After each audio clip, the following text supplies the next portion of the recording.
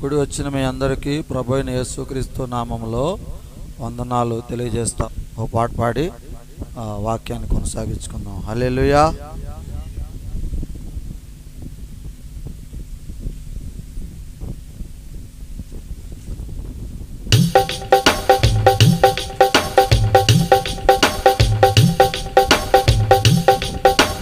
కన్నుల జారిన కన్నీరు తడిపెను దేవుని పాదాలు, ఇప్పటి నుండి నీ కళ్ళు చూచును యేసుని కార్యాలు. కన్నుల జారిన కన్నీళ్ళు తడిపెను దేవుని పాదాలు, ఇప్పటి నుండి నీ కళ్ళు చూసును దేవుని కార్యాలు. ఉందిలే దీవెనా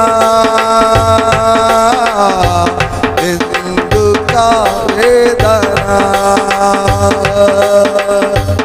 ఉంది నా యాతనా ఆయనే మరచునా. ఉందిలే దీవెనా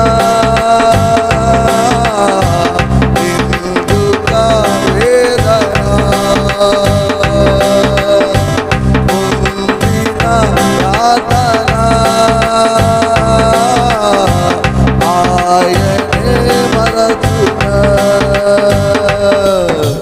కన్నుల జారిన కన్నీళ్ళు తడిపెను దేవుని పాదాలు, ఇప్పటి నుండి నీ కళ్ళు చూచును యేసుని కార్యాలు.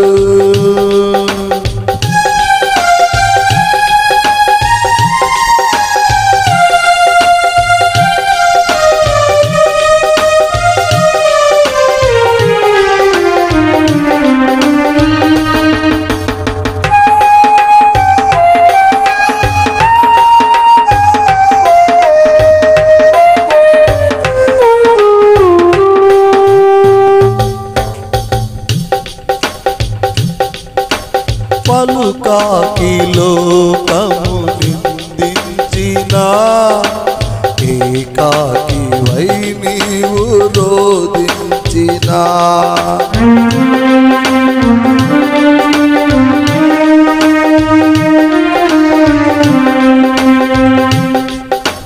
పలుకాకి లోకము నిందించిన ఏకాకి వై నీవు రోధించిన, అవమాన పర్వాలు ముగిసేనులే, ఆనంద గీతాలు పాడేవులే. నవ్వినోళ్ళంత నీ ముందు తలలు వంచేను ఇక ముందు, నవ్వినోళ్ళంత ఇక ముందు తలలు వంచేను ఇక ముందు. ఉందిలే దీవెనా ఎందుకా వేదనా, ఉంది నా యాతనా ఆయనే మరచునా. కన్నుల జారిన కన్నీళ్ళు తడిపెను దేవుని పాదాలు, ఇప్పటి నుండి నీ కళ్ళు చూచును యేసుని కార్యాలు.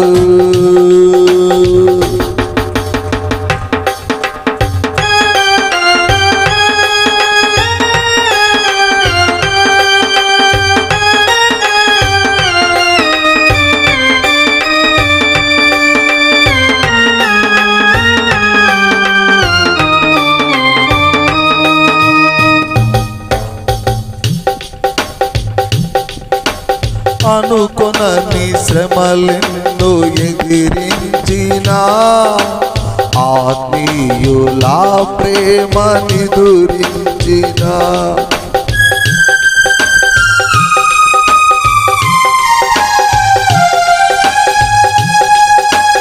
అనుకొనని శ్రమలెన్నో ఎదిరించిన ఆత్మీయుల ప్రేమ నిదురించిన, అసమానమైన నా దేవుని బలమైన బాగు నిన్ను వీడునా.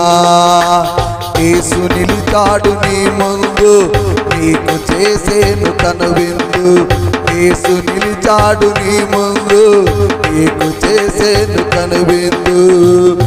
ఉందిలే దీవెనా, ఎందుకా వేదనా, పొందిన యాతనా ఆయనే మరతునా. కన్నుల దారిన కన్నీళ్ళు నడిపిన దేవుని పాదాలు, ఇప్పటి నుండి నీ కళ్ళు చూచును యేసుని కార్యాలు. కన్నుల దారిన కన్నీళ్ళు నడిపిన దేవుని పాదాలు, ఇప్పటి నుండి నీ కళ్ళు చూచును యేసుని కార్యాలు. ఉందిలే దీవెనా, ఎందుకా వేదనా, పొందిన యాతనా ఆయనే మరతునా. ఉందిలే దీవెనా, ఎందుకా వేదనా, పొందిన యాతనా ఆయనే మరతునా. యేసయ్యా యేసయ్యా యేసయ్యా నా తండ్రి. యేసయ్యా యేసయ్యా యేసయ్యా నా తండ్రి. దారిన కన్నీళ్ళు కడిగిన దేవుని పాదాలు, ఇప్పటి నుండి నీ కళ్ళు చూచును యేసుని కార్యాలు. ఉందిలే దీవెనా, ఎందుకా వేదనా, పొందిన యాతనా ఆయనే మరతునా. హల్లెలూయా. మరి వాక్య ధ్యానం చేసుకుందాం. దయచేసి అందరూ కూడా వాక్యం చూద్దాం. అయ్యా వందనాలమ్మా దుర్గారావు. సరే మంచిది. కొద్ది సమయం దేవుని వాక్యాన్ని ధ్యానం చేసుకుందాం. అందరం కూడా ప్రశాంతంగా ఉండండి.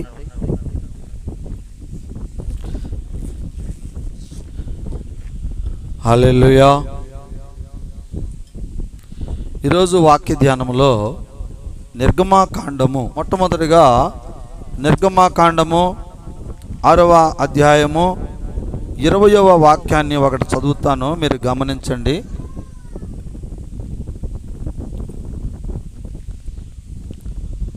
ఆమ్రాము తమ మేనత్త అయిన యోకెబెదును పెళ్లి చేసుకొనెను. ఆమె అతనికి అహరోనును మోషేను కనెను. హల్లెలూయా. ప్రేమైన దేవుని బిడ్డలారా, మీరు ఇక్కడ గమనించాలి. ఏంటంటే వాక్య ధ్యానములో మీకు 2 మాటలు వినపడుతున్నాయి. ఏమిటి అంటే అవి అహరోను మోషే అనే మాటలు వినపడుతున్నాయి. ఈరోజు మన వాక్యములో అహరోను అంటే ఎవరు, అతనికి ఉన్నటువంటి బైబిల్లో గల ప్రాముఖ్యత ఏమిటి, ఆ అహరోను గారు ఏం చేశాడు ఈ బైబిల్లో అనేటటువంటి కొన్ని విషయాలను మనం చక్కగా ఈరోజు చదువుకుందాం. సరే 23వ వాక్యాన్ని చదివితే అక్కడ ఏం రాయబడిందో చూడండి. అహరోను అమియాదాబు కుమార్తె అయిన సహోదరి అయినటువంటి ఎలిబెక్షను పెళ్లి చేసుకొనెను. ఆమె అతనికి నాదాబును అబీగును ఎలియాజరును ఈతామానును కనెను. హల్లెలూయా. ఈ యొక్క అహరోను ఎవరు అంటే మోషే అన్నగారు. మోషే అంటే ఎవరో మీకు తెలుసు. ఇజ్రాయేలీలు ప్రజలందరినీ కూడా ఐగుప్తు ప్రాంతములలో బానిసత్వంలో ఉన్నటువంటి ప్రజాంగాన్ని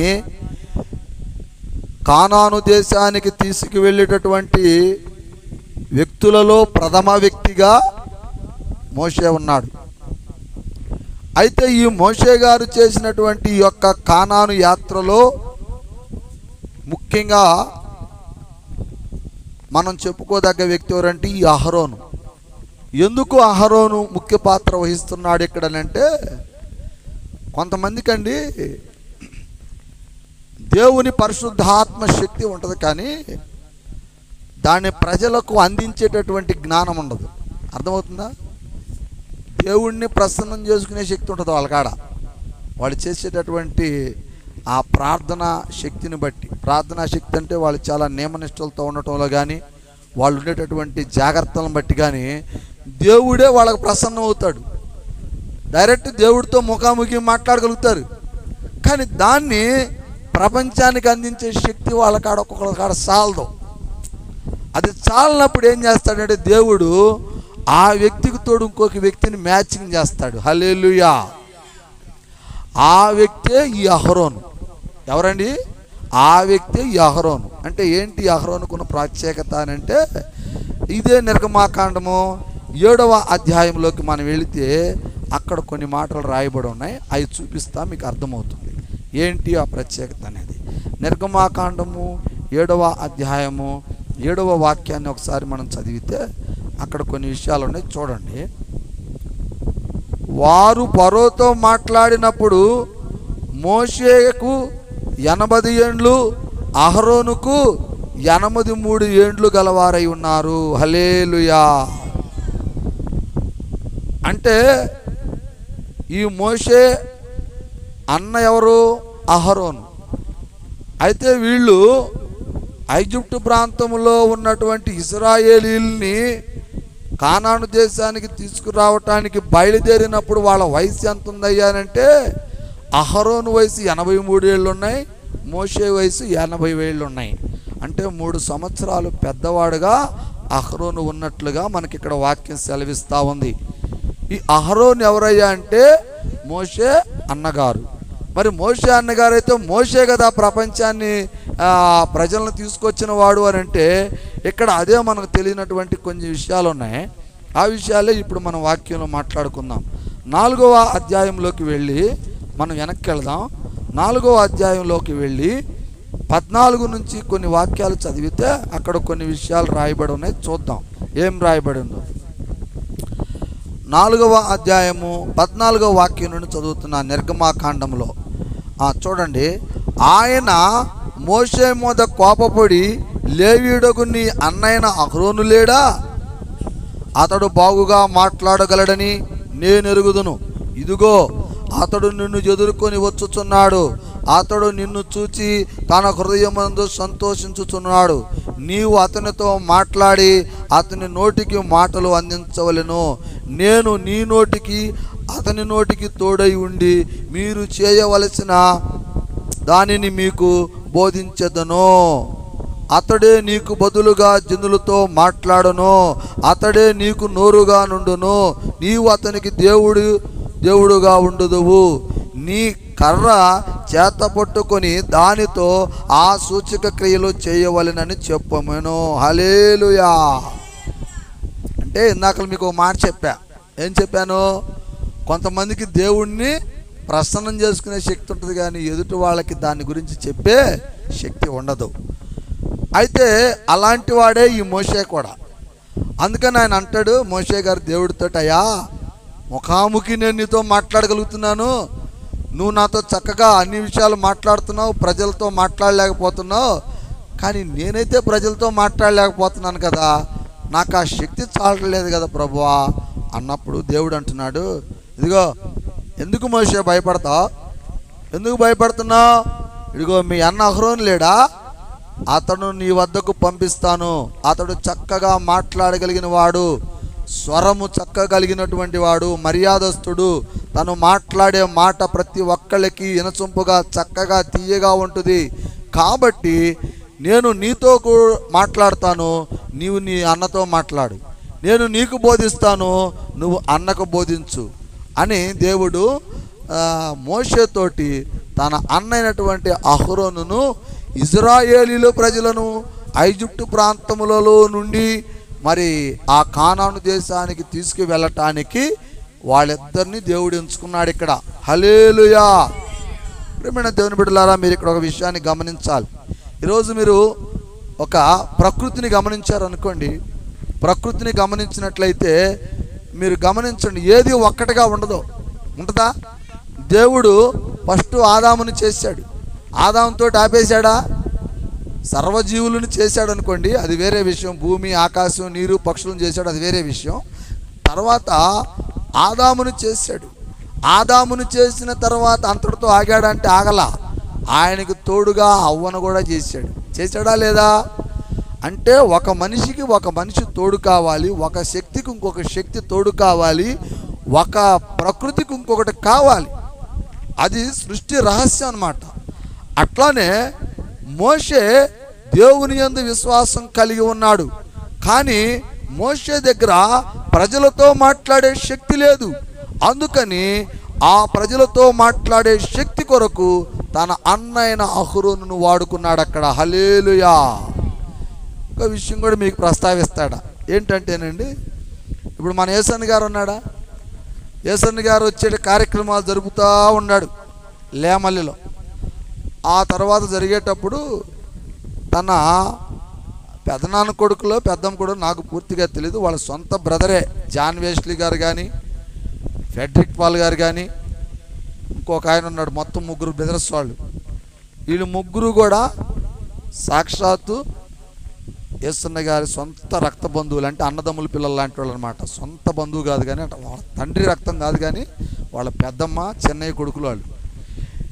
ఈ యేసన్న గారికి శక్తి సాలట్లా ఆరాధన జరిపించటానికి, ఆయన శక్తి సాలట్లా. అక్కడ సాలనప్పుడు దేవుడు ఏం చేశాడు, మెల్లమెల్లగా జాన్ వెస్లీ గారిని తీసుకొచ్చాడు, తర్వాత ఫెడ్రిక్ పాల్ని తీసుకొచ్చాడు, తర్వాత ఇంకొక ఆయన తెచ్చాడు. మొత్తం ముగ్గురిని తీసుకొచ్చి ఆయన సెట్ చేశాడు. ఇప్పుడు ఎంతమంది అయ్యారు? 4 అయ్యారు. ఇక కార్యక్రమాలు ఎట్లా ఉన్నాయో మీకు తెలుసా? పలానా సాట ప్రోగ్రాం ఉందంటే యేసన్న గారేమో వాక్య ధ్యానంలో ఉంటాడు. ఆడ ఏ ప్రార్థన ఉంది, దేనికి సంబంధించి నేను వాక్య మెసేజ్ ఇవ్వాలని. ఇక వీళ్ళల్లో ఇద్దరు ముందే వెళ్ళిపోతారు. ఎవరెవరో జాన్ వెస్లీ గారు, ఇంకొక ఆయన ఫెడ్రిక్ పాల్ గారు. వీళ్ళిద్దరు ముందులో వెళ్ళిపోయి ఆ ప్రాంతాన్ని దర్శించుకొని అక్కడ ఉన్నటువంటి వాళ్ళందరినీ గ్యాదర్ చేసి అక్కడ స్టేజీలు ఏర్పాటు చేసుకొని ఆ కార్యక్రమం, ఆ ప్రార్థనకు కావాల్సినటువంటి అంతా కూడా సమకూర్చుకుని వాళ్ళు రెడీగా ఉంటారు. ఈ లోపల యేసన్న గారు ఇంకొక ఆయన ఇద్దరు కలిసి చక్కగా ఆ యొక్క కార్యక్రమానికి వెళ్ళి ఆ కార్యక్రమాన్ని సక్సెస్ఫుల్గా చేసి అనేక మందికి బోధ చేసి అనేక మందికి సువార్తను ప్రకటించి అనేక మందిని దేవుని మార్గంలోకి మరణించినటువంటి వాళ్ళు. ఇక్కడ యేసన్న గారు ఒక్కడి వల్ల అయిందంటే దేవుడు కొంతమందిని తోడు చేస్తేనే కార్యం సక్సెస్ అయింది. ఈరోజున మీరు కూడా గమనించాలి, దేవుని మందిరానికి మనం వస్తున్నాం, దేవుని మందిరానికి మనం వెళుతున్నామంటే చాలామంది ఏమనుకుంటారంటే, ఏముందిలే ప్రార్థనలోకి వెళ్ళాం, మనం కూడా ప్రార్థనలో బాప్టిజం పొందాం, మందిరానికి పోవాలి రావాలి, ఏమైతే పోతాం, కాసేపు కూర్చుంటాం, భజన చేస్తాం, వెళ్ళిపోతాం అని కాదు మనం ఆలోచించాల్సింది. ప్రభువుని మీరు ఎవరైనా అడిగారా? ప్రభువా, మరి నేను మందిరానికి వెళ్తున్నాను, మరి నేను పాటలు పాడలేను, నాకు పాటలు రావు కదా, నాకు మాటల చాతుర్యం కూడా లేదు కదా, మరి నేనేమన్నా చేయగలనా? ఆ మందిరానికి ఏమైనా పని చేయగలనా, పరిచర్య చేయగలనా, సహాయం చేయగలనా? నేనేం చేయాలి ప్రభువా అని ఎవరైనా ఒకరికొకళ్ళు వాళ్ళ అంతరంగాల్లో ప్రశ్న వేసుకుంటే దేవుడు కంపల్సరిగా నీతో మాట్లాడతాడు. దేవుడు కంపల్సరిగా మాట్లాడతాడు. కానీ మనం అవన్నీ ఆలోచించుకో. ఎందుకంటే వస్తున్నాం వెళ్ళిపోతున్నాం అనుకుంటున్నారు, కానీ మనం అడగాలి. ఏమని గుర్తుపెట్టుకోండి, మన కుటుంబం ఉంది, మన కుటుంబం భార్య భర్త ఉన్నాడు. భర్త ఏం చేస్తుంటాడు? భార్యకు కావలసినటువంటి సకల అవసరాలు తీర్చుతూ ఉంటాడు. అడుగుతాడమ్మా, ఆయనకి ఏం కావాలా, బియ్యం కావాలా, పప్పులు కావాలా, డబ్బులు కావాలా, ఏం కావాలి అన్నీ ఇస్తూ ఉంటాడు. ఇస్తే అవన్నీ వండి పెడతా ఉంటే ఈయన హాయిగా తింటా తిరుగుతూ పనులు చేస్తుంటాడు. ఆ తర్వాత వాళ్ళకి పిల్లలకు చదువులు, పిల్లలకు బట్టలు, ఇట్లా ఒకరికొకరు అనునాభావ సంబంధంతో ఒక కుటుంబం నడుస్తుంది. అంతేనా కాదండి? అట్లానే దేవుని మందిరాలు కూడా ఒక కుటుంబం. మనందరి తండ్రి ఎవరు? యేసయ్య. మనందరం ఆయన బిడ్డలం. మరి ఆయన బిడ్డలమైన మనందరము ఆయన ఆరాధనలో పాల్గొనేటప్పుడు ఎవరికి వాళ్ళం స్వచ్ఛందంగా ఈ అహరోను మోషేల్లాగా కాడిగట్టుకొని నిలబడి ఇశ్రాయేలీల ప్రజలను ఏ విధంగా తీసుకొచ్చారో అట్లాగా దేవుని మందిరంలో ఉన్నటువంటి మనందరం కూడా ఒకళ్ళకొకళ్ళం అవినాభావ సంబంధం కలిగి దేవుని మందిరం కోసం, దేవుని ఆరాధన కొరకు, మన కుటుంబ రక్షణ కొరకు, అనేక కుటుంబాల రక్షణ కొరకు నడుం కట్టాలి. ఇదేంది మాకేంటయ్యా ఈ పని అంటే, గుర్తుపెట్టుకోండి ప్రేమన దేవుని బిడ్డలారా. ఇప్పుడు మీకు చిన్న మాట చెప్తా. ఒక వ్యక్తి లేచి తన కోసం తను జీవించి చనిపోయాడు అనుకో, ఆ వ్యక్తి ఎవరికైనా తెలుస్తాడు? ఆ ఊళ్ళో లేచాడు, అన్నం తిన్నాడు, పడుకున్నాడు, మళ్ళీ లేచాడు, అన్నం తింటాడు, ఇంట్లోనే ఉంటాడు, పడుకొని నిద్రపోతాడు. తన జీవితకాలం అంతా అయిపోయింది, లాస్ట్గా ఆయన చనిపోయాడు. ఈ వ్యక్తి ఎవరికైనా తెలుస్తాడా? అసలు ఊళ్ళో ఉన్నాడు అనుకుంటారు ఎవరన్నా పక్కన వాళ్ళు వెళ్ళి అదే పలానా ఆయన ఉన్నాడా ఊళ్ళో అంటే, ఉండాడా? ఆయన ఎప్పుడు మేము చూడలేదే అంటారు. కానీ ఉంటాడు ఆయన. ఉండకుండా ఉంటాడా? ఉంటాడు. కానీ ఆయన ఏం చేస్తాడు? ఆయన పనులు మాత్రమే చేసుకుంటాడు, ఏ ఒక్క పక్క పని కూడా చేసుకోడు. దానివల్ల ఏంటి ప్రయోజనం? ప్రయోజనం లేదు. అట్లానే దేవుడు కూడా ఏంటంటే మోషేకు తోడుగా అహరోన్ని పెట్టాడు. ఎందుకు? మోషే దేవుని పరిశుద్ధాత్మను పొందుకుంటే ఈ పరిశుద్ధాత్మ శక్తిని ఈ అహరోను పంచుకొని ప్రజలతో మాట్లాడే శక్తిని ఇస్తా ఉన్నాడు. ఈ రోజున ప్రేమణ దేవుని బిడ్డలారా, మీరు కూడా గమనించాలి. అదే ఏంటంటే మీరు కూడా దేవుని బిడ్డలై ఉన్నారు, దేవుని సన్నిధిలో ఉంటున్నారు. మనం ఏం చేయాలి? మందిరం గురించి మనం ఏం పాటుపడాలి? మందిరానికి మన సహాయం ఏంటి? శారీరకంగా కావచ్చు, ఆర్థికంగా కావచ్చు, ఏదో ఒక విధంగా. చూడండి, మనము చేసే ప్రతి కార్యానికి దేవుడు 1000 రెట్లు ఇస్తాడు. నేను మాత్రం 100% సూట్ చెప్తున్నా. ఇది మనం ఇచ్చే ప్రతి, శారీరకంగా శ్రమపడ్డావా, శారీరకంగా మందిరంలో ఏమైనా కష్టపడ్డావా, నీ కుటుంబాన్ని చక్కబెడతాడు ఆయన. గుర్తుపెట్టుకోండి, ఇంట్లో సమస్య వచ్చి ఇంట్లో కొట్టుకుంటా ఉన్నప్పుడు, ఇంట్లో తిట్టుకుంటున్నప్పుడు, ఇంట్లో బాధలు కలిగినప్పుడు చాలామంది అన్యులు ఏం చేస్తారండి?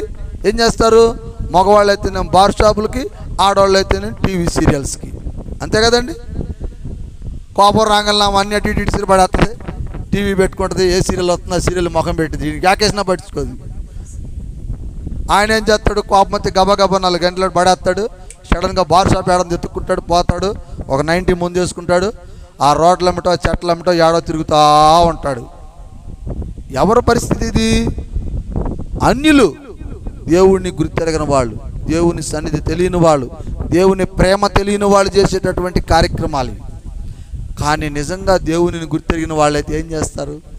దేవుని సన్నిధి తెలిసిన వాళ్ళు ఏం చేస్తారు? ఏం చెప్తున్నాడు దేవుడు వాక్యంలో? నిన్ను వలే నీ పొరుగు వారిని ప్రేమించు అన్నాడు. అవునా? నిన్ను నేను క్షమించినట్లుగా నీ యొక్క బంధుమిత్రులని క్షమించమన్నాడు. చాలామంది అంటారు, నేను క్షమిస్తానండి అంటారు. క్షమిస్తావు? ఏం క్షమిస్తావు చెప్పండి? ఒక వ్యక్తిని క్షమించుట అంటే దాని అర్థం ఏంటో మీకు తెలుస్తుందా? క్షమించుట అంటే నీ జీవితకాలం ఓర్చుకొని ప్రేమించాలి అని అర్థం. హల్లెలూయా! ఒకసారి గట్టి చప్పట్లు కొట్టండి. అర్థమైందా? క్షమించడం అంటే ఏంది? వాళ్ళు ఏదంటున్నా మనం ఓర్చుకొని వెళ్ళటం కాదు, ఓర్చుకోవడంతో పాటుగా ప్రేమించాలి. మళ్ళీ వాళ్ళని ఆదరించాలి, వాళ్ళకి సహకరించాలి, వాళ్ళతో మనం అన్ని చెయ్యాలి. ఇది సాధ్యమా? సాధ్యమే. ఒక్కసారి గుర్తుపెట్టుకోండి, నేను చెప్తున్నా. మరి అహరోను అన్నకు తమ్ముడికి లోబడ్డాడు. వాస్తవానికి చిన్నోడే. రే, నువ్వు నా మాట వినాలి, అవసరం దేవుడు నాతో మాట్లాడమను. నీతో మాట్లాడేది ఏంద్రా నేను? ఆ దేవుడు నాతో మాట్లాడేది నీతో మాట్లాడినట్టు అని అహరోను అనొచ్చు, అనకూడదా? చెప్పండి. అన్న పెద్దోడు కదా. మోషేతో మాట్లాడుతున్నటువంటి దేవుడు అహరోనుతో మాట్లాడచ్చు. కానీ ఇక్కడ దేవుడికి కొన్ని రూల్స్ ఉంటాయి, కొన్ని ప్రిన్సిపల్స్ ఉంటాయి, కొన్ని పద్ధతులు ఉంటాయి. ఆయన ఎవరితో మాట్లాడాలో వాళ్ళతోటే మాట్లాడతాడు. అందుకని మోషేని ఆయన ఎంచుకున్నాడు కనుక మోషేతోటే మాట్లాడతాడు, మిగతా వాళ్ళతో మాట్లాడ్డా ఆయన. అర్థమవుతుందా? ఇప్పుడు మనం ఉన్నామనుకోండి, ఇంకొంచెం ఉదాహరణ చెప్తా ఉన్నా, మంచిగా ఆలోచన చేయండి. ఒక అధికారి ఉన్నాడు అనుకోండి, ఒక అధికారి కాడికి వెళ్ళి మనం ఆ అధికారిని కలవాలనుకుంటే మొట్టమొదటిగా మనం ఎవరిని కలవాలి?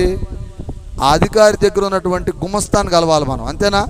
ఒక ఎమ్మెల్యేని కలవాలంటే ఎమ్మెల్యే పిఏ గారిని కలవాలి. నువ్వు ముందరెళ్ళి డైరెక్ట్గా ఎమ్మెల్యే గారి కాడికి వెళ్ళి నీకు మాట్లాడతానికి ఛాన్స్ ఇవ్వడం. ఎమ్మెల్యే గారి పిఏ అని ఒక ఆయన ఉంటాడు, ఆయన కాడికి వెళ్ళాలి. అయ్యా నేను ఎమ్మెల్యే గారిని కలవాలి, పలానా విషయం మీద మాట్లాడాలి అని అంటే అప్పుడు ఆయన ఆ విషయాన్ని ఎమ్మెల్యే గారికి చెప్పుకొని, పలానా ఊరు ఆయన వచ్చాడండి, మరి ఆయనతో మాట్లాడతారా లేదా ఎప్పుడైనా రమ్మంటారా అని అంటే అప్పుడు ఆయన డేట్ ఫిక్స్ చేసో లేకపోతే ఇప్పుడే రమ్మంటామో ఏదో ఒకటి చెప్తాడు ఆయన. అప్పుడు ఆయన పిలిపిస్తాడు. అంతేగాని డైరెక్ట్గా ఆయన వెళ్ళడానికి అవకాశం లేదు. ఎందుకంటే ఆయన అధికారి. ఆయన కాడ కొన్ని వందల మంది వస్తారు, వచ్చిన వాళ్ళతో మాట్లాడుతూ కూర్చుంటే ఆయన ఈ లోకంలో పనులు చేయడం మానేస్తాడు, అంతే కదా? కొన్ని కార్యాలు చేయాలి, కొన్ని ఓపెనింగ్ చేయాలి, కొంతమందిని దర్శించాలా, కొంతమందికి డబ్బులు ఇవ్వాలా, మరి ఎన్నో కార్యాలు చేయాలి ఆయన. అలాంటప్పుడు వచ్చిన వాళ్ళందరినీ ఆయన దర్శిస్తూ కూర్చుంటే కుదరదు. అందుకని కొంతమందిని దర్శిస్తాడు, కొంతమందికి టయాలు ఇస్తాడు. ఈ కార్యక్రమాలన్నీ జరిపించడానికే వాళ్ళకు పిఏ అనేటటువంటి వ్యక్తి ఉంటాడు. మరి పెద్ద పెద్ద ఆఫీసుల్లో అయితే గుమస్తాలు ఉంటారు, అంతేనా కాదా? అట్లానే దేవుడు కూడా ఏంటంటేనండి, ఆయనకి మనకి మధ్యలో ఒక వ్యక్తిని పెట్టుకుంటాడు. ఆ వ్యక్తి గుమస్తాగా పనిచేస్తూ ఉంటాడు అన్నమాట. ఇప్పుడు మన మందిరంలో కూడా అంతే.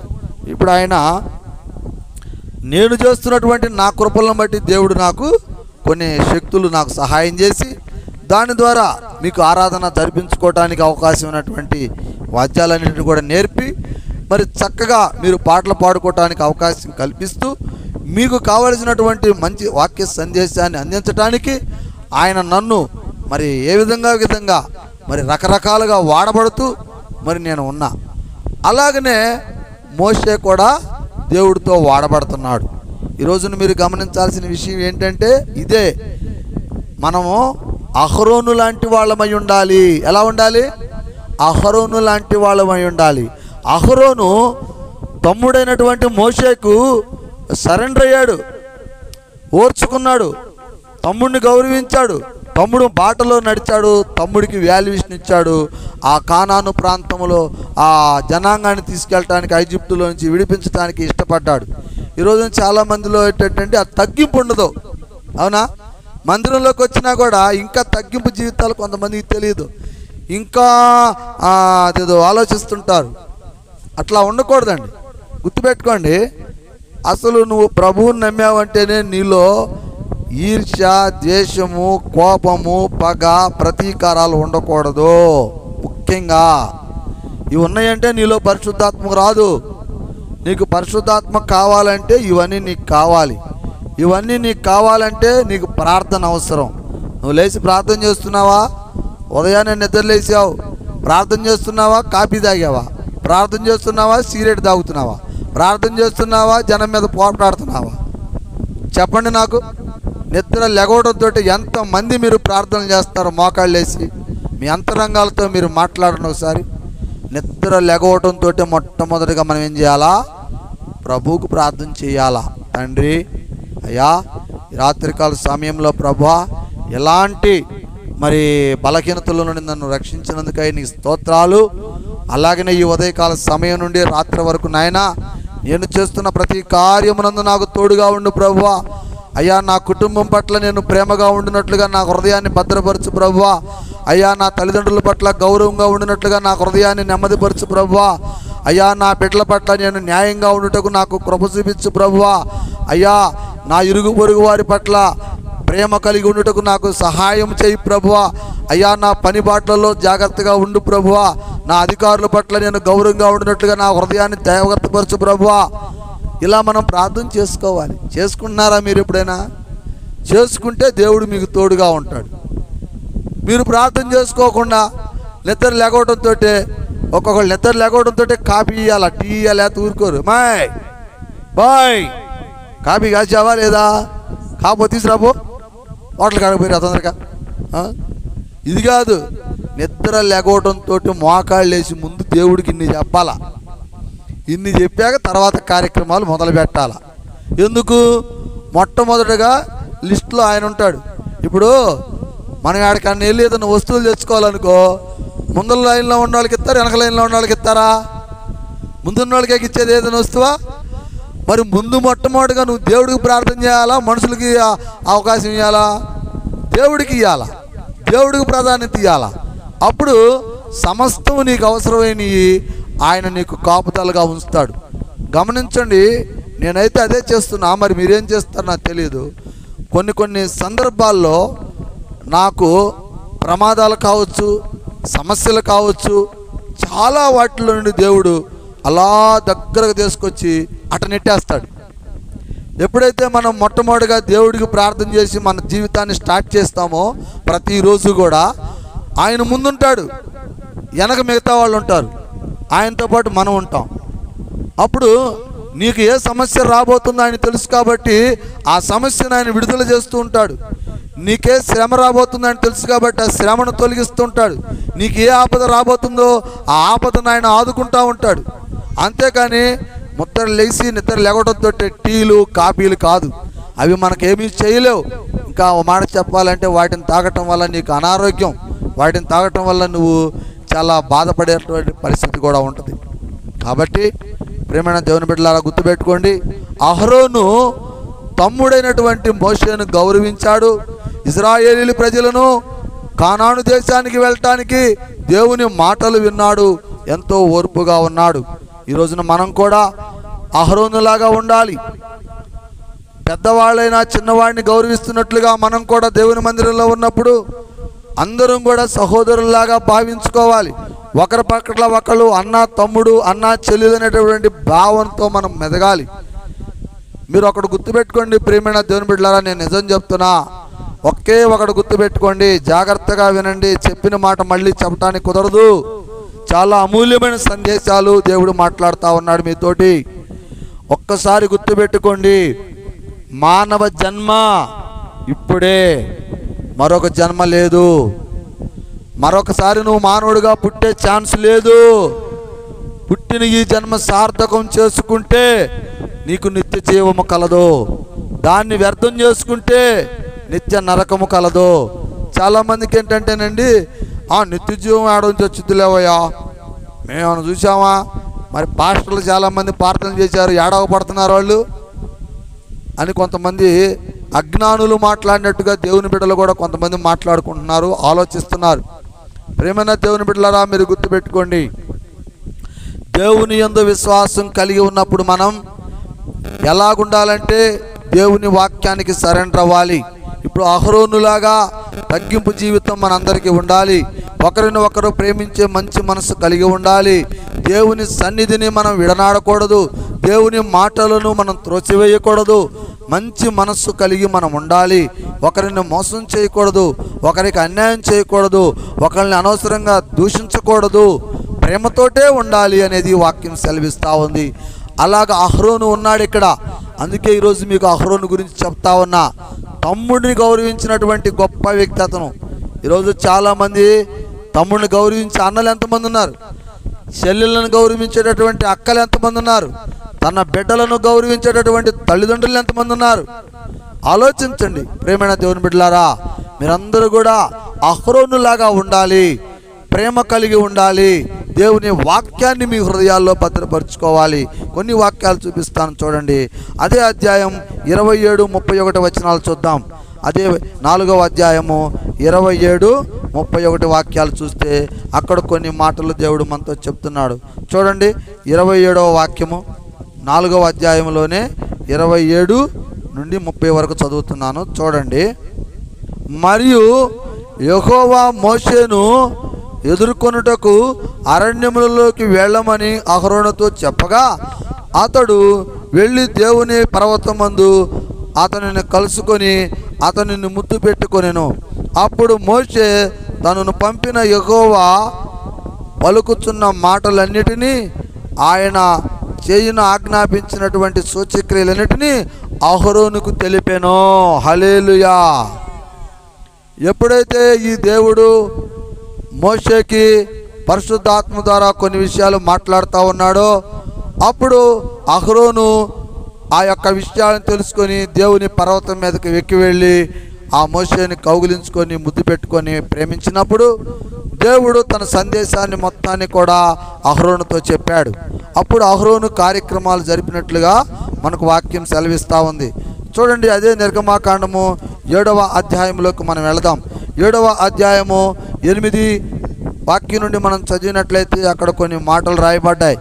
చూడండి ప్రియమైన దేవుని బిడ్డలారా, మరియు యెహోవా మోషే అహరోనుతో ఇట్లనెను, ఫరో మీ శక్తి చూచుటకై ఒక మహత్కార్యము కనపరచుడని మీతో చెప్పునప్పుడు నీవు అహరోనును చూచి నీ కర్రను పట్టుకొని ఫరో ఎదుట దానిని పడవేయము, అది సర్పమగును.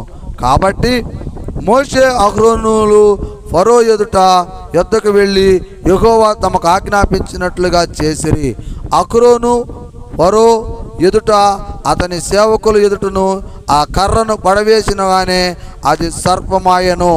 అప్పుడు ఫరో తన విద్వాంసులను మంత్రగట్లను పిలిపించును, ఐగుప్తు శకునగాండ్రులను కూడా తన మంత్రముల చేత అలాగనే చేసిరి. వారిలో ప్రతి వాడును తన కర్రను పడవేసినప్పుడు అది సర్పమాయను. కానీ అహరోను కర్ర వారి కర్రలను మృంగివేయగా. హల్లెలూయా. ఎక్కడే మీరు తెలుసుకోవాలి, యెహోవా చెప్పినట్లుగా ఫరో హృదయము కఠినమాయను. హల్లెలూయా. ఇక్కడ ఏం చేశారంటే, ఫరో రాజు దగ్గర ఇశ్రాయేలీయుల ప్రజలు బానిసత్వంలో ఉన్నారు. ఇక ఫరోకి దేవుడు ఆజ్ఞాపన చేశాడు. ఏమని?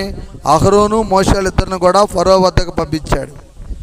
మీరు వెళ్ళి ఫరోకి చెప్పండి, మా వాళ్ళని పంపించు, మేము దేవుని మందిరం కట్టుకోవాలా, దేవుని ప్రార్థన చేయించుకోవాలా అని దేవుడు పిలుపునిచ్చాడు. దయచేసి నువ్వు మా వాళ్ళందరిని కూడా పంపించమని మీరు అడగండి. ఆయన పంపీడు, అహరోను ఫరో పంపీడు. కానీ మీరేం చేయాలా? ఒక సూచక్రియ చేయండి. ఏమిటి అదనగా, ఇదిగో మోషే, నీ దగ్గర ఉన్న కర్ర అహరోనుకి ఇచ్చి కింద పడి, అహరోను ఒక మంత్రం చదువుతాడు, దానివల్ల అది పాముగా మారిపోయింది అని చెప్తే అదే విషయం ఫరో కాడ చేస్తారు. చేస్తే ఫరో ఏం చేస్తాడు, వీళ్ళేదో గారడీ విద్యగాళ్ళలాగా ఉన్నారు, వీళ్ళేదో మంత్రశక్తులు ఉండే వీళ్ళ కాడని ఆయన దేశంలో ఉన్నటువంటి మంత్రగాళ్ళని పిలిపిస్తాడు. ఈ ఫరో కాడకను ఈ మోషే కాడకను అహరోను కాడకి వాళ్ళిద్దరు ఇక్కడికి వచ్చి ఏదో మాట్లాడి నన్ను ఆ ఇజ్రాయెల్ ప్రజలను పంపించమని బెదిరించి ఇదిగో ఆ కర్ర కింద వేశారు, అది పాంగా మారింది. మీరు దాన్ని ఏం చేస్తారు? ఇప్పుడు నా యొక్క ప్రజలారా, నా సేవకులారా, నా బంట్రోతులారా అని చెప్పి ఫరో వీళ్ళని అడిగితే, వీళ్ళల్లో ఉన్నటువంటి ఈ శకునగాండ్రులు, ఈ యొక్క విద్యలు ఉన్నటువంటి వాళ్ళు, వీళ్ళు కూడా మంత్రశక్తితోటి కర్రల కింద పడేశారు. కర్రల కింద పడగల అవన్నీ పాములుగా మారినాయి. కానీ అహరోను మోషేని ఏం చేయలేకపోయినాయి. ఇంకా ఏం జరిగిందో చెప్పమంటావా? ఈ పాములుగా మారిన ఈ పాముల్ని ఈ మోషే అహరోను పడేసిన కర్ర ఉందే, ఈ పాముగా మారిందే, ఈ పాము వాటన్నిటిని మింగేసింది. హల్లెలూయా. అంటే అర్థమైంది, మీ కర్రల కన్నా శక్తివంతమైన కర్ర మోషే దగ్గర ఉంది, మీ పాముల కన్నా శక్తివంతమైన పాము మోషే దగ్గర ఉంది, అహరోను దగ్గర ఉంది అని దేవుడు అక్కడ కొన్ని విషయాలను తెలియపరిచాడు. ప్రేమైన దేవుని బిడ్డలారా, మీరు కూడా గమనించాలి, ఇక్కడ వాక్యాన్ని ధ్యానిస్తున్నాం మనం. అట్లానే మనం కూడా దేవుని మందిరంలో, దేవుని కార్యక్రమాల్లో, పరిచర్యలో పాల్గొన్నప్పుడు జాగ్రత్తగా వింటున్నారా వాక్యం? హాయిగా నిద్రపోతున్నారా? ఒకసారి స్తోత్రం చెప్పండి అందరూ.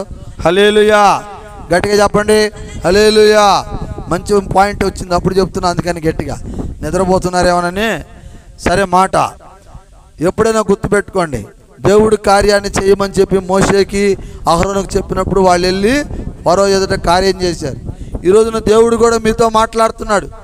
దేవుడి మందిరానికి వారం తప్పకుండా వస్తున్నావా? క్రమం తప్పుతున్నావా? ఎక్కడ సాతాను నిన్ను పడేస్తుంది? ఏ ఆలోచనలో నిన్ను పడేస్తుంది? ఎక్కడ నిన్ను దొర్లిస్తుంది అని ప్రశ్నిస్తూ ఉన్నాడు ఈ రోజున. ప్రియమైన దేవుని బిడ్డలారా, మీరు గమనించండి, ఈ లోకములో దేవుని ఆరాధన కన్నా మనకి ఏది ముఖ్యం కాదు. వాడు గుర్తుపెట్టుకోండి, మీకు ఒక మాట చెప్తా. ఏంటంటే అది, ఇప్పుడు మనకు ఆకలేస్తుంది, నిజమా కాదా? మనకు ఆకలి అవుతుంది, నిజమా కాదా? నిజమే. కానీ ఏదో ఒక టైంలో మనం అన్నం తినగలుగుతాం, ఒక అరగంటకో ఒక గంటకో. కానీ గాలిని నువ్వు ఎంతసేపు ఆపగలవు? ఆపుతావా? ఇప్పుడు ఆకలి అంటే 1 గంట వాకింగ్ చెబుతాడు పాస్టర్ గారు, కాసేపు కూర్చుందాం అంటావు. గాలి పీల్చకుండా పాస్టర్ గారికి అక్కడ కూర్చుంటావా? నువ్వు దేవుని మందిరంలో కూర్చుంటావా? 1 నిమిషం గాలి ఆపకపోతే ఏం జరిగిద్ది చెప్పండి? మనం వాక్యం వింటామా? వాక్యంతో మనం కూర్చోగలుగుతాం మందిరంలో? 1 నిమిషం ముక్కు మూస్తే మనం శరీరంలో నుంచి మన జీవాత్మ వెళ్ళిపోతుంది. క్షణాల్లో మన జీవాత్మ బయటికి వెళ్ళిపోతుంది. అలాగనే దేవుని మందిరము, దేవుని ఆరాధనను కూడా మనం మరవకూడదు. ఆయన ఆరాధన సమయానికి మించింది మనకేదీ లేదు. అన్నం 1 గంటకి తింటామయ్యా, తప్పేముంది? కానీ ఊపిరి పీల్చడం ఆపలేంగా, ఆపుతావా? అట్లానే మన ఇంట్లో కొన్ని కార్యాలు ఉండొచ్చు, కొన్ని ప్రయాణాలు ఉండొచ్చు, కొన్ని సమస్యలు ఉండొచ్చు, కొన్ని బాధలు ఉండొచ్చు. అవన్నీ అలా నడుస్తూనే ఉంటాయి. కానీ ఆరాధనకు మనం ఆబ్సెంట్ కాకూడదు. ఆరాధనకు ఆబ్సెంట్ అయితే అవి ఇంకా పెరిగిపోతాయి, అవి ఇంకా సమస్యలు మనకు ఎదురైపోతాయి, మనం తట్టుకోలేని స్థితికి అవి తీసుకెళ్ళిపోతాయి. అందుకని మనం ఏం చేయాలంటే ఆరాధనను మానకూడదు, దేవుని సన్నిధిని మానకూడదు, దేవుని సన్నిధిలో కూర్చొని మొరపెట్టడం మనం మానకూడదు. ఎప్పుడైతే నువ్వు దేవుని మందిరంలోకి వస్తావో దేవుని పరిశుద్ధాత్మ నీ మీదకి వాల్చబడుతుంది. దేవుని మందిరములో ఏముంటుంది? దీపస్తంభం ఉంటుంది. ఉంటుందా దీపస్తంభం అని తెలుసా మీకు? అక్కడక్కడ పెడుతుంటారు, మరి మందిరాల్లో పెడుతుంటారు. నేను కూడా ఒకటి చేపిస్తాను ఈసారి. దీపస్తంభం అని ఇట్లా ఉంటుంది. త్రిశూలం చూశారుగా మీరు? త్రిశూలం లాగానే ఉంటుంది. అది కూడా కొంచెం ఎగస్ట్రా ఉంటుంది. త్రిశూలానికి 3 ఉంటాయి, దానికి ఇంకో 2 అదనంగా ఉంటాయి. దానినే దీపస్తంభం అంటారు. ఈ దీపస్తంభం చేసే పని ఏంటంటే పరిశుద్ధాత్మ కలిగి ఉంటుంది, దేవుని ఆత్మ కలిగి ఉంటుంది. అది ఎవరైతే దేవుని మందిరంలోకి వస్తూ ఉంటారో వాళ్ళ మీద ఉన్నటువంటి దురాత్మలను తొలగిస్తూ ఉంటుంది అది. హల్లెలూయా! అర్థమైంది మీకు? అర్థం కాలేదా? దీపస్తంభం ఉంటుంది, ఈడ మందిరంలో ఉంటుంది. దేవుని పరిశుద్ధాత్మ మందిరంలో దీపస్తంభం ఉంటుంది. నువ్వు ఎప్పుడైతే ఈడకు వచ్చేస్తావో నీ మీద చీకటి ఉంటే అది అమ్మటే దాన్ని తోలేసింది. మీరు గమనించండి ప్రియమైన దేవుని బిడ్డలారా. ఇప్పుడు దోమల చక్రం మీకు తెలుసుగా, దోమలు పెడతారు రేత్రి నైట్ ఆల్ అవుట్లు పెడతారు ఇళ్లలో. ఆల్ అవుట్ పెట్టి చిచ్చేయంగిల్ ఏం చేసిద్ది? ఆ వచ్చే వాసనకి ఇంట్లో ఉన్న దోమలన్నీ బయటకు వెళ్ళిపోతాయి. అవునా కదా? ఎప్పుడు పెట్టుకోలేదు మీరు ఆల్ అవుట్ ఇళ్లలో? పెట్టే ఉంటారులే. ఆల్ అవుట్ పెట్టి చిచ్చేసినప్పుడు ఏమైంది? దానిలో వచ్చే పొగకి, దానిలో వచ్చే స్మెల్కి ఇంట్లో ఉన్న దోమలన్నీ బయటకు పరిగెడతా ఉంటాయి. ఒక్క దోమ ఉండదు 1 అరగంట కల్లా. ఇది కూడా అంతే. ఇక్కడ దేవుని ఆత్మ ఉంటుంది, మందిరంలో పరిశుద్ధాత్మ ఉంటుంది.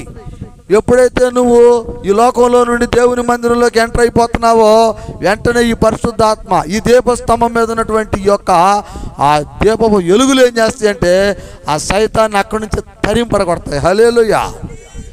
నీ శరీరం మీద ఉండనియో, నీ శరీరం మీద 1 నిమిషం కూడా ఉండదు, వెళ్ళిపోద్ది, పరారా వెళ్ళిపోయింది. నీకు అనిపించింది, గమనించండి, అబ్బా ఎంత తేలిగ్గా ఉందో మందిరంలోకి వస్తే, ఎంత హాయిగా ఉందో. మీరు గమనించండి, ఇప్పుడు నేను అన్న ఫీలింగ్ నిజంగా మీకు మందిరంలోకి వస్తే కలగట్లేదా? ఇంటి దగ్గర ఎంతో సమస్య ఉండొచ్చు, ఎంతో బాధ ఉండొచ్చు, ఎంతో వేదన ఉండొచ్చు, కానీ చక్కగా ఒక ఓర్పుతో సహనంతో నువ్వు మందిరంలోకి వచ్చి కూర్చున్నప్పుడు దేవుని పాటలలో, దేవుని మాటలలో, దేవుని వాక్యములో నీకు నెమ్మది సమాధానం కలగట్లేదా? ఒక్కసారి నీ అంతరంగంతో నువ్వు ఆలోచించుకో ప్రియ సహోదరుడా. దేవుని ఆత్మ నీ మీదకు వస్తుంది, దేవుని ఆత్మను పొందుకుంటావు. మోకాళ్ళు వేసి ప్రార్థన చేసినప్పుడు ఆయన శక్తి నీకు వచ్చుద్ది. ఈ శక్తిని నువ్వు పోగొట్టుకోకూడదు. అర్థమైందా? ఈ శక్తిని నువ్వు పోగొట్టుకోకూడదు. ఏం చేయాలంటే ఇంటికి వెళ్ళిన తర్వాత కూడా ఉదయాన్నే ప్రార్థన చేయాలి, తిరిగి మళ్ళా సాయంత్రం ప్రార్థన పడుకోబోయేటప్పుడు చేయాలి. ఎప్పుడైతే ఉదయం సాయంకాలం ప్రార్థనలో గడుపుతూ ఉంటావో ఇక్కడ నువ్వు పొందినటువంటి ఆ పరిశుద్ధాత్మ నీలో నుంచి బయటికి పోదు. మీరేం చేస్తారు? చాలామంది ఎక్కడైతే గట్టిగా ప్రార్థనలు చేస్తారు, అన్నీ చేస్తారు, కానీ గేటు దాటి అవతలకు పోగానే వెంటనే మర్చిపోతారు. అలా ప్రార్థన చేయటం మర్చిపోతారు. ఆళ్ళ ముచ్చట్లు, ఏళ్ళ ముచ్చట్లు అయ్యి ఇవన్నీ బాగా గుర్తుపెట్టుకుంటారు. వాళ్ళ వ్యవహారం ఏమని చెబుతుంటే బాగా వింటాం, వీళ్ళ వ్యవహారం చెబితే బాగా వింటాం, మనం మాట్లాడతాం. కానీ ఉదయాన్నే ప్రార్థన చేయాలి, సాయంత్రం నిద్రించేటప్పుడు ప్రార్థన చేయాలనే విషయం మర్చిపోతాం. ఎప్పుడైనా గుర్తుపెట్టుకోండి ప్రేమైన దేవుని బిడ్డలారా, ముఖ్యంగా మనం ప్రార్థన చేయాలి. ఏం చేయాలా? ప్రార్థన చేయాలి. ఉదయం ప్రార్థన, సాయంత్రం ప్రార్థన కంపల్సరిగా ఉండాలి. ఈ ప్రార్థన కానీ లేకపోతే నీ జీవితం ఏ విధంగా సైతాన్ని పట్టుకెళ్తాడో కూడా నీకే తెలియదు. కాబట్టి మీరేం చేయాలి? కంపల్సరిగా ఉదయం సాయంత్రం ప్రార్థనలో ఉండాలి. అప్పుడే దేవుని పరిశుద్ధాత్మ శక్తి మీ మీదకి వచ్చింది. కాబట్టి ప్రతి ఒక్కరు ప్రార్థన చేసుకోవాలి. నీ కుటుంబం కోసం ప్రార్థన చేయాలి, నీ ఇరుగు పొరుగు వాళ్ళ కోసం ప్రార్థన చేయాలి, దేవుని బిడ్డల కొరకు ప్రార్థన చేయాలి. ఎప్పుడైనా గుర్తుపెట్టుకోండి ప్రేమైన దేవుని బిడ్డలారా, నీ కొరకే నువ్వు ప్రార్థన కాదు, అందరి కొరకు ప్రార్థన చేయాలి. అప్పుడే నువ్వు అందరికీ తెలుస్తావు, అప్పుడే నువ్వు అందరి ఆశీర్వాదానికి నీకు లభిస్తుంది, అందరి యొక్క మన్నన నీకు కలుగుతుంది. ఇంకొక వాక్యం చూపిస్తాను చూడండి. నిర్గమాకాండము 17వ అధ్యాయంలోకి వెళదాం. ఈరోజు మోషే గారు చేసినటువంటి కార్యాలను గురించే మీకు ఎక్కువగా చెప్తా ఉంటా. నిర్గమాకాండము 17వ అధ్యాయానికి వెళదాం. అక్కడ ఏం చేశాడో మోషే గారు చూద్దాం. మనం తీయండి, 17వ అధ్యాయం తీసుకున్నారా? నిర్గమాకాండము 17వ అధ్యాయంలోకి వెళ్ళి మనం కొన్ని వాక్యాలు చదువుదాం. అక్కడ ఏం రాయబడి చూడండి. 6వ వాక్యం నుంచి నేను చదువుతాను. నిర్గమాకాండము 17వ అధ్యాయము 6వ వాక్యం ఏం రాయబడిందో చూడండి. ఇదిగో అక్కడ హేరోబులోని బండ మీద నేను, చూడండి ప్రియమైన దేవుని బిడ్డలారా, నిర్గమాకాండము 17వ అధ్యాయము 6-8 వచనాలు చదువుతున్నాను. ఇదిగో అక్కడ హేరోబులోని బండ మీద నేను నీకు ఎదురుగా నిలిచెదను, నీవు ఆ బండను కొట్టువా, ప్రజలు త్రాగుటకు దానిలో నుండి నీళ్లు బయటదేరును. మోషేతో సెలవేగా మోషే ఇశ్రాయేలీయుల పెద్దల కందును ఎదుట అట్లు చేసెను. అప్పుడు ఇశ్రాయేలీయులు చేసిన వాదనను బట్టి యెహోవా మన మధ్యలో ఉన్నాడు లేడో అని వాడు యెహోవాను శోధించుటకు పట్టిన అతడు ఆ చోటికి మస్సా అని పేరు పెట్టి మొరీబా అని పేర్లతో పెట్టెను. హల్లెలూయా. అంటే ఇక్కడ ఏం చేశాడంటే, మోషే ఆ ఇశ్రాయేలీయుల ప్రజలని ఐగుప్తులో నుండి తీసుకెళ్తున్నప్పుడు ఆ ఫరోని జయించాడు. ఫరో రాజుని జయించి తీసుకెళ్తా ఉంటే కొంత దూరం వెళ్ళాక ఇశ్రాయేలీయుల ప్రజలకు కూడా ఆయన మీద డౌట్ వచ్చి, ఏమయ్యా నువ్వు ఈ రకంగా మమ్మల్ని అడివనక ఎండనక వాననక నడిపిస్తా తీసుకెళ్తున్నావు కానాను దేశానికని, ఇదిగో మరి మాకు ఇప్పుడు దాహంగా ఉంది, మాకు నీళ్ళు ఇస్తావా, మమ్మల్ని చంపేస్తావా అని మోషేని అహరోనుని శోధించారు ప్రజలు. అప్పుడు వాళ్ళు దేవుడికి ప్రార్థన చేసినప్పుడు దేవుడు అన్నాడు, బాయ్ మోషే అహరోనుకి ఆ కర్ర ఇవ్వయా. అహరోను కర్ర తీసుకున్నాడు, కొట్టు, ఆ బండ మీద కొట్టు. ఒక కొట్టుడు కొట్టాడు. కొట్టంగా ఏం చేసింది, ఎక్కడైతే కొట్టాడో అక్కడి నుంచి నీట జ్వల ఉబికి బయటకు వచ్చింది వాటర్. హల్లెలూయా. చప్పట్లు కొట్టను ఒకసారి గట్టిగా చాట. ఇది చాలా మంచి మాట. కర్రతో బండ మీద కొడితే నీళ్ళు రావటం అంటే చిన్న విషయమేనా? ఏమండి, ఒక్కొక్కళ్ళు అంటారు ఆయన ప్రార్థన చేస్తే నాకు బాగా స్వస్థత కలిగిద్దండి, ఆయన ప్రార్థన చేస్తే నాకు నెమ్మది కలిగిద్దండి అంటాడు. ఆయన ప్రార్థన చేస్తే నాకు నెమ్మది కలిగిద్దంటే ఆయన ఏం చేస్తున్నాడో నీకు తెలుసా? తెలియదు. హల్లెలూయా.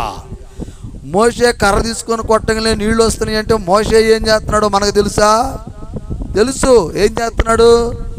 దేవునితో కనెక్ట్ అయి ఉన్నాడు, దేవునితో అనుసంధానమై ఉన్నాడు, దేవుని ఆత్మను పొందుకొని ఉన్నాడు.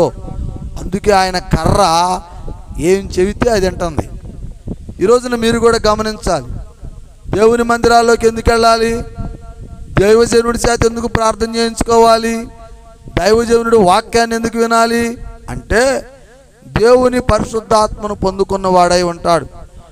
దేవుడు ఏదైతే సేవకుడితో మాట్లాడుతూ ఉంటాడో, మరి వచ్చేటటువంటి విశ్వాసులతో ఏం చెప్పాలి, వాళ్ళను ఏ విధంగా దేవుని మార్గంలో నడిపించాలి, వారికి ఏ విధమైనటువంటి వాక్యాన్ని మనం బోధించాలి, వారి హృదయాలకు నెమ్మది కలిగేటటువంటి మాటలు, వారి హృదయాలకు తేజోమైనటువంటి మాటలు, వారి కుటుంబాలు కట్టబడేటటువంటి మాటలు, వారి మీద ఉన్న దురాత్మ శక్తులు వెళ్ళిపోయేటటువంటి మాటలు, చక్కని మాటలు దైవ సేవకుడి ద్వారా మాట్లాడుతూ ఉంటాడు. ఆయన చేసేటటువంటి ప్రార్థనలో ఫలితాలు ఉంటాయి. కారణం ఏంటంటే దైవ సేవకుడు చేసేటటువంటి కొన్ని కార్యాల వలన దేవుని ఆత్మ అతని మీదకి వస్తుంది. దాని వలన కార్యాలు జరుగుతూ ఉంటాయి. అర్థమవుతున్న వాక్యము. ఇక్కడ మోషే దేవుడితో కట్టబడ్డాడు, తర్వాత అహరోనుతో కట్టబడ్డాడు. కాబట్టే ఈరోజున కార్యము అక్కడ నీటి బొగ్గ వచ్చింది. ప్రేమైన దేవుని బిడ్డలారా, ఇంకొక వాక్యం చూపిస్తాను, జాగ్రత్తగా వినండి. నిర్గమాకాండము 29వ అధ్యాయంలోకి మనం వెళదాం. అహరోను గారు చేసినటువంటి మరొక మంచి కార్యము దేవుడు మీకు చెప్పబోతా ఉన్నాడు. 29వ అధ్యాయంలోకి మనం వెళ్ళినట్లయితే అక్కడ నిర్గమాకాండము 29వ అధ్యాయము 5వ వాక్యం నుండి నేను చదువుతున్నాను, మీరు వినండి. ఆ వస్త్రములను తీసుకొని చొక్కాయని ఎపోసు నిలువుటంగి దోపుడు పథకం ముందు అహరోను ధరించెను. ఎపోదు విచిత్రమైన నడికట్టును అతని కట్టి అతని తల మీద పాగాను పెట్టి ఆ పాగా మీద పరిశుద్ధ కిరీటం ఉంచి అభిషేక తైలమును తీసుకొని అతని మీద పోసి అతనిని అభిషేకింపవలెనని, మరియు నీవు అతని కుమారులను సమీపింపజేసి అతనికి చొక్కాయి తొడిగించవలెను. అహరోనుకును అతని కుమారుకులను తట్టివి కట్టి వారికి కొళాయిలను వేయింపవలెను. హల్లెలూయా. నిత్యమైన కట్టడమును బట్టి యాజకత్వము వారికగును. అహరోనును అతని కుమారులను అలాగన ప్రతిష్ఠించవలెను. నీవు ప్రత్యక్షపు గుడారము ఎదుట ఆ కోడలను తెప్పించవలెను. హల్లెలూయా. ఇక్కడ వాక్యం ఏం చెప్పబడుతుందంటేనండి, ప్రియమైన దేవుని బిడ్డలారా, అహరోనును వారి కుమారులను దేవుడు అభిషేకించమంటున్నాడు. ప్రియమైన దేవుని బిడ్డలారా, మీరు గమనించాలి. దేవుని మందిరాల్లో దేవుని కార్యాలు చేసేటటువంటి వాళ్ళను, దేవుని యొక్క పరిచర్య చేసేటటువంటి వాళ్ళను, దేవుని సేవకులుగా మార్చబడేటటువంటి వ్యక్తులను, దేవుని పరిశుద్ధాత్మ శక్తిని పొందుకునేటటువంటి వాళ్లకు దేవుడు ఏం చేస్తాడండి? అభిషేకాన్ని ఇస్తాడు. ఏమిస్తాడు? అభిషేకం చేస్తాడు. అభిషేక తైలము వారి నెత్తి మీద పోస్తాడు. అభిషేక తైలముతో వాళ్ళను ఆశీర్వదిస్తాడు. అప్పుడు ఏం జరుగుద్దంటే వాళ్ళ మీద ఉన్నటువంటి ప్రతి దురాత్మ శక్తి, చీకటి శక్తులు, అంధకార శక్తులు మొత్తం కూడా నిర్మూలనమైపోతాయి. హల్లెలూయా. అర్థమవుతుందా? మురికి పట్టినటువంటి చొక్కాకు మనం సబ్బేసి కడిగితే ఏమైంది? మురికిపోయి తెల్లగా అవుతుంది, అంతేనా? నీళ్ళల్లో ముంచి లేపితే మురికిపోయిద్దా? వాదు. దాని మీద సోపేసి రుద్దితేనే పోయిద్ది. అంటే ఇక్కడ కూడా అంతే. దేవుడు కూడా తన యొక్క ప్రత్యేకమైనటువంటి అభిషేకాన్ని దేవుడు దైవ బిడ్డలకు ఇస్తాడు. ఎవరినైతే ప్రత్యేకంగా ఏర్పాటు చేసుకుంటున్నాడో తన బోధన చెప్పటానికి, తన వర్తమానాన్ని అందించటానికి, వాళ్ళందరిని కూడా దేవుడు అభిషేకించుకుంటాడు. ఆ అభిషేకించినప్పుడు ఏం జరుగుతాయా అంటే, ఆ అభిషేకించినటువంటి వ్యక్తి మీద ఎలాంటి దురాత్మ శక్తులు, ఎలాంటి చీకటి శక్తులు, అహంకారము, ద్వేషము, కోపము, లోభము, మతమత్సర్యములు అన్నీ కూడా నిర్మూలించబడతాయి. హల్లెలూయా. అందుకనే దేవుడు అహరోనును మోషేల కుమారులను వాళ్ళందరూ కూడా ఆశీర్వదించాడు అక్కడ. అందుకే వాళ్ళందరూ కూడా దేవుని సేవలో, దేవుని కార్యక్రమంలో ముందుకు నడుస్తున్నట్లుగా వాక్యం నడుస్తూ ఉంది. హల్లెలూయా. 29-30 వాక్యాలు అదే అధ్యాయంలో చదివినట్లయితే మీకు కొన్ని మాటలు దేవుడు చెప్తున్నాడు. చూడండి. మరియు అహరోను ప్రతిష్ఠిత వస్త్రములను ధరించుకొని అతని తరువాత అతని కుమారులగును వారును అభిషేకమును పొందుటకును ప్రతిష్ఠించబడుటకు వాటిని ధరించుకొనవలెను. అతని కుమారులలో నెవడు అతనిని ప్రతిష్ఠగా యాజకుడుగా ఉండునో అతడు పరిశుద్ధ స్థలములలో సేవ చేయుటకు ప్రత్యక్ష గుడారములోనికి వెళ్ళినప్పుడు 7 దినములు వాటిని వేసుకొనవలెను. హల్లెలూయా. ఎవరైతే దేవుని చేత అభిషేకించబడుతున్నారో, ఎవరైతే దేవుని అభిషేక తైలం చేతి మరి పరిశుద్ధత పొందగలుగుతున్నారో వాళ్ళు మాత్రమే దేవుని యొక్క ఆ బలిపీఠాలు ఎక్కాలి. ఆ దేవుని యొక్క గర్భగుడులలో ఉన్నటువంటి ఆ మందిరంలో ఉన్నటువంటి దేవుని ఆలయంలోకి వెళ్ళేటటువంటి శక్తి దేవుడు వాళ్ళకే ఇస్తాడు. అక్కడ కార్యక్రమాలు అన్నీ కూడా వాళ్ళ ద్వారానే జరుగుతాయి. ఎవరైతే అభిషేకించబడతారో వాళ్ళ ద్వారానే జరుగుతాయి. ఎందుకంటే వారి మీద పరిశుద్ధాత్మ శక్తి ఉంటుంది అని వాక్యం సెలవిస్తూ ఉంది. కనుక ప్రియమైన దేవుని బిడ్డలారా, మీరు గమనించాలి. దేవుడు ఏం చెప్తున్నాడంటే, మీకు అహరోను తన తమ్ముడైనటువంటి మోషేతో కలిసి చేసినటువంటి కార్యాలు చాలా గొప్ప కార్యాలు. అలాగనే ప్రతి ఒక్క సేవకుడు, ప్రతి ఒక్క విశ్వాసి, ప్రతి ఒక్క దేవుని బిడ్డ కూడా దేవుని మందిరంలో కావచ్చు, ఇంటి కార్యక్రమాల్లో కావచ్చు, కుటుంబ కార్యక్రమాల్లో కావచ్చు, ప్రతి దాంట్లో కూడా ఒకళ్ళకొకళ్ళు చేదోడు వాదోడుగా ఉండి ఆ కార్యక్రమాలను కొనసాగించుకోవాలని వాక్యం సెలవిస్తూ ఉంది. అంతేకాని నాకంటే చిన్నోడు, వాడి మాట నేనేదేంది అని అహంకారాలు కలిగి ద్వేషాలు కలిగి ఉండకూడదని దేవుని వాక్యం సెలవిస్తూ ఉంది. ఒకవేళ అలాగున్నట్లయితే దేవుని ఆత్మను నువ్వు దూరం చేసుకున్నాడు అవుతావు. దేవుని పరిశుద్ధాత్మ నీకు దూరం అయిపోతుంది, నీవు ఇబ్బంది అయిపోతావని వాక్యం సెలవిస్తూ ఉంది. చివరగా ఒక వాక్యం చూపిస్తాను. వీళ్ళందరినీ కూడా లేవీయులు అంటారు. లేవీయులు అనగా ఎవరయ్యానంటే, దేవుని మందిరములో దేవుని కార్యక్రమాలను జరిపేటటువంటి ప్రతి ఒక్కరిని కూడా లేవీయులు అంటారు. ఈ లేవీయులు అనేటటువంటి విషయాల్ని సంఖ్యాకాండము 1వ అధ్యాయం 50 నుంచి 54 వాక్యాలు చదివినట్లయితే అక్కడ రాయబడి ఉంటుంది. గమనించండి ప్రియమైన దేవుని బిడ్డలారా, ఈ యొక్క అహరోను కుటుంబీకులందరినీ కూడా దేవుడు లేవియాలుగా గుర్తించాడు. లేవియాలు అనగా దేవుని కార్యక్రమాలు చేసేటటువంటి వాళ్ళు అన్నమాట. ఆ దేవుని మందిరాన్ని ప్రతిష్ఠించుకోవటం, దేవుని మందిరంలో మందస్సం పెట్టడం, అక్కడ ఆ యొక్క దాని పేరేంటి, దేవుడు రాపించినటువంటి, మోషే చేత రాపించినటువంటి ఆ యొక్క గ్రంథాన్ని మోయటానికి, ఆ యొక్క గ్రంథాన్ని తీసుకెళ్ళటానికి మందస్సాన్ని, ఇలాంటివన్నీ కూడా చేసేటటువంటి కార్యక్రమాలు వీళ్ళ ద్వారానే జరుగుతూ ఉంటాయని వాక్యం సెలవిస్తూ ఉంది. కనుక ఇప్పుడు అహరోను బిడ్డలు వీళ్ళంతా ఏం చేస్తారు? దేవుని ఆరాధనలు, దేవుడికి సంబంధించినటువంటి కార్యక్రమాలనే కొనసాగిస్తూ ఉంటారు అని ఈరోజు వాక్యం మీకు తెలియపరుస్తూ ఉన్నాడు. కనుకనే ప్రతి ఒక్కరూ కూడా అహరోనులాగా తగ్గించుకొని ప్రేమ కలిగి జీవించాలని ఈరోజు వాక్యం సెలవిస్తూ ఉంది. ఎవరు కూడా ఒకళ్ళనొకళ్ళు ద్వేషించుకోకూడదు. చిన్నవాళ్ళను గౌరవించాలి, పెద్దవాళ్ళను ప్రేమించాలి, ప్రతి ఒక్కరి ఎడల దయ కలిగి ఉండాలి, ప్రేమ కలిగి ఉండాలి అని వాక్యం సెలవిస్తూ ఉంది.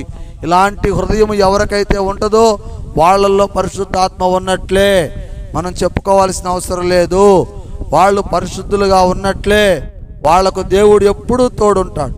అహరోనుకి మోషేలాగా తోడున్నట్లే నీలో దురాత్మలు తొలగిపోతాయి, పరిశుద్ధాత్మ ఉంటుంది. నీలో తగ్గింపు జీవితం ఉన్నట్లయితే దేవుడు నీ నోటికి, నీ శరీరానికి, నీ ఆత్మకు తోడుగా ఉంటాడని వాక్యం సెలవిస్తూ ఉంది. కనుక ప్రియమైన దేవుని బిడ్డలారా, గమనించండి. ఈ వాక్యాలన్నిటిని మీ హృదయంలో భద్రపరచుకోండి.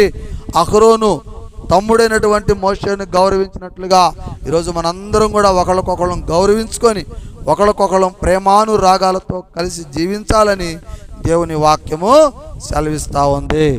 కనుక మీరందరూ అలా ఉంటారని దేవుడు ఈ వాక్యం ద్వారా ఈరోజు మీకు బోధించాడు. చెప్పబడిన ఈ వాక్యము దేవుడు దీవించునుగాక. చెప్పబడిన వాక్యము దేవుడు దీవించునుగాక.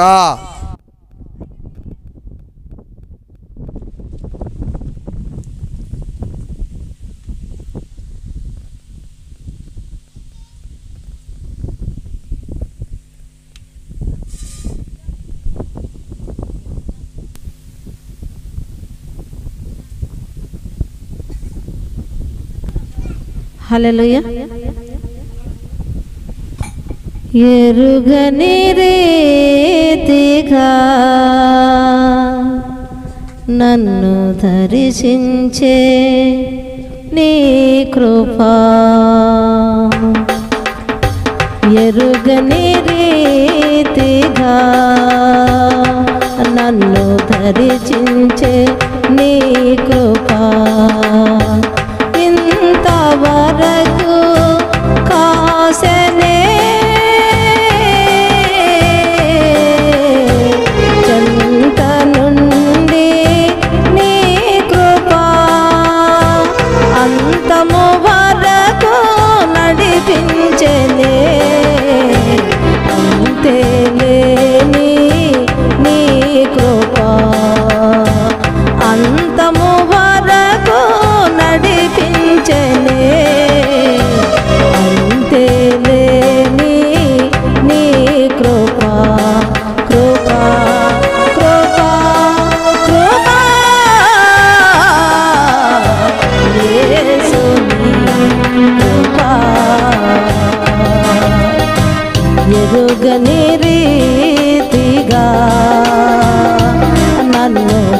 దర్శించే నీ కృపా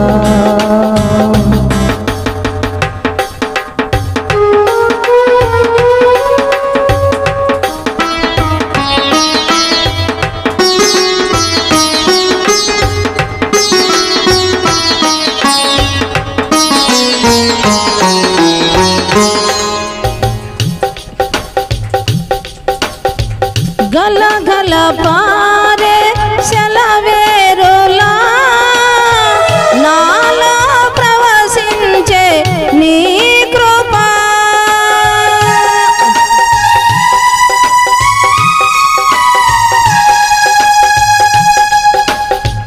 గల గల పారే సెలవేరులా నాలో ప్రవశించే నీ కృపా చిల్లనైన నారుది కరిగించే నేలా చిల్లనైన నారుది కరిగించే నేలా గలవేలేని నీ కృపా గలవేలేని నీ కృపా కృపా కృపా కృపా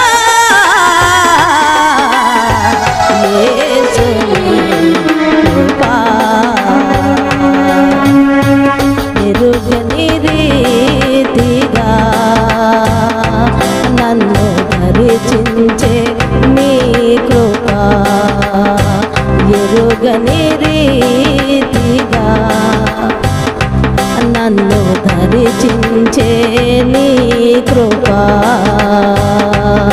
ప్రైజ్ లార్డ్ హల్లెలూయా హల్లెలూయా. మంచిది. ప్రార్థన చేసుకుందాం. కొద్ది సమయం ప్రార్థనలో గడిపేసి వాక్యం ముగిద్దాం. హల్లెలూయా. స్తోత్రం స్తోత్రం స్తోత్రం స్తోత్రం స్తోత్రం.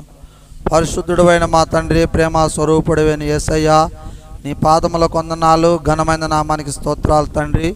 ఇదిగో నాయన, మరి ఈరోజు పరిశుద్ధ దినం ఆదివారం నాయన. అయ్యా, నీ ప్రియ బిడ్డలందరూ కూడా ప్రభా ఆశ్చర్యకరముగా ఆదరణకర్తమైన నీ సన్నిధిలో కూర్చొని నిన్ను ప్రార్థన చేస్తున్నారు ప్రభువా. అయ్యా, వారి హృదయాలతో నాయన ఇప్పటి వరకు నాయన మాట్లాడి ఉన్నావు ప్రభువా. నిర్గమాకాండము నాయన ఇదిగో నా ప్రభు 6వ అధ్యాయంలో నుండి అహరోను మోషేల గురించి నువ్వు వివరిస్తూ ఉన్నావు. అహరోను పెద్దవాడైనప్పటికి కూడా తమ్ముడును గౌరవించి ప్రేమ కలిగి ఆ యొక్క ఇశ్రాయేలు ప్రజల పట్ల ఎంతో ప్రేమ కలిగి ఉన్నాడు.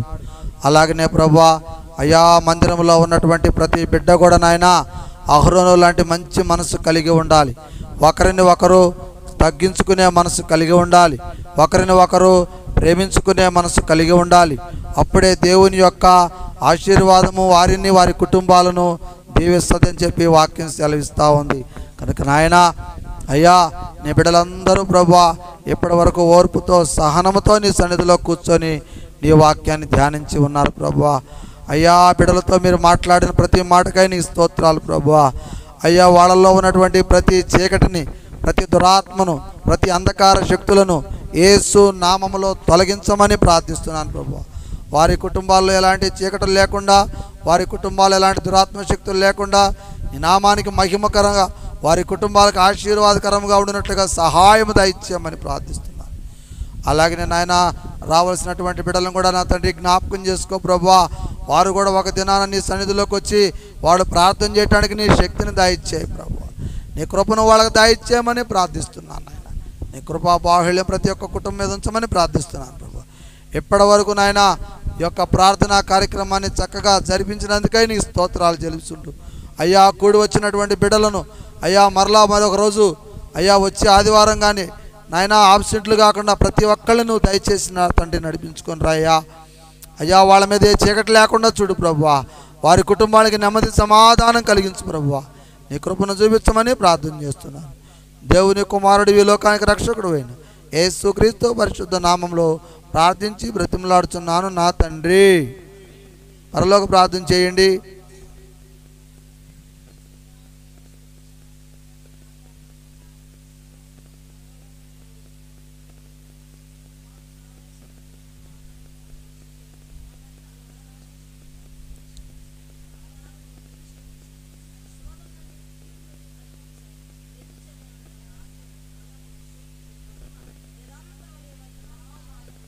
ఆమేన్. తండ్రి అయిన దేవుని ప్రేమ, కుమారుడైన యేసుక్రీస్తు వారి యొక్క కృప, పరిశుద్ధాత్మ అన్యోన్య సహవాసము కూడి వచ్చినటువంటి మనందరికీ, గ్రామంలో ఉన్న ప్రతి కుటుంబానికి, అలాగనే శబ్ద యంత్రం ద్వారా వింటున్న ప్రతి బిడ్డకును, అలాగనే లైవ్ ద్వారా చూస్తున్న ప్రతి బిడ్డకును సదాకాలం తోడయుండి నిత్యంతము పరలోకం వరకు నడిపించునుగాక. ప్రభు యేసు రక్తమే జయం, ప్రభు శిలువ రక్తమే జయం. యేసు క్రీస్తు నామము నందు మనందరికీ నిత్య జీవము కలుగునుగాక. ఆమేన్. హల్లెలూయా, హల్లెలూయా, హల్లెలూయా. అందరికీ వందనాలమ్మా.